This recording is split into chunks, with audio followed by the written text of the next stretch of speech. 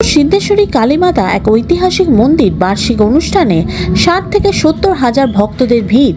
5ই জানুয়ারি রবিবার ব্যারাকপুর সিদ্ধেশ্বরী মন্দিরের 42তম বার্ষিকী অনুষ্ঠানে এদিনের ভিড় অন্য দিনের চেয়ে একটু আলাদা। প্রায় 60 থেকে 70 হাজার ভক্তদের সমাগম হয় এবং অন্য বিশেষত্ব হল 1400 কিলো চালের পাহাড়, 4000 কিলো সবজি, মিষ্টান্ন।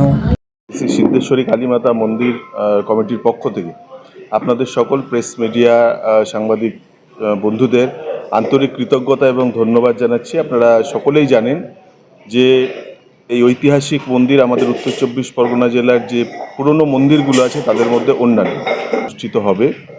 প্রতি বছর আমাদের এই অন্নকূট মহোৎসবে দূর দূরান্ত থেকে প্রচুর ভক্ত সমাগম হয়।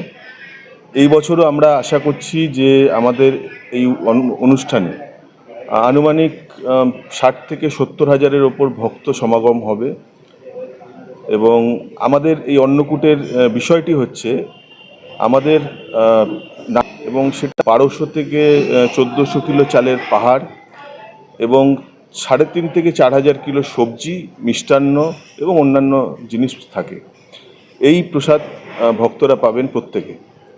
আমাদের 3টি সেটআপে এই ভোগ হয়। একটি সেটআপে আমাদের খিচুড়ি, অন্যান্য জিনিসপত্র থাকে। একটি সেটআপে পোলাও, মিষ্টান্ন এবং অন্যান্য বিভিন্ন ধরনের জিনিস থাকে এবং নাট মন্দিরে আমাদের যে মূল অন্নকূটের পূজা, সেই পূজা হয়। সকাল থেকেই আমাদের অনুষ্ঠান সূচির মধ্যে বাউল, ভক্তিগীতি অনুষ্ঠান সকাল থেকেই চলে। এখানে মন্দির প্রাঙ্গণে আপনারা জানেন যে বিরাট মেলা এখানে হয়। অন্নকূটের যে টোটাল 3টে সেটআপে আমাদের যে কাজ হয় প্রায় 2500 কিলো চাল এবং সব মিলিয়ে প্রায় 5000 কিলো সবজি এবং অন্যান্য জিনিসপত্র থাকে এই অন্নকূটে।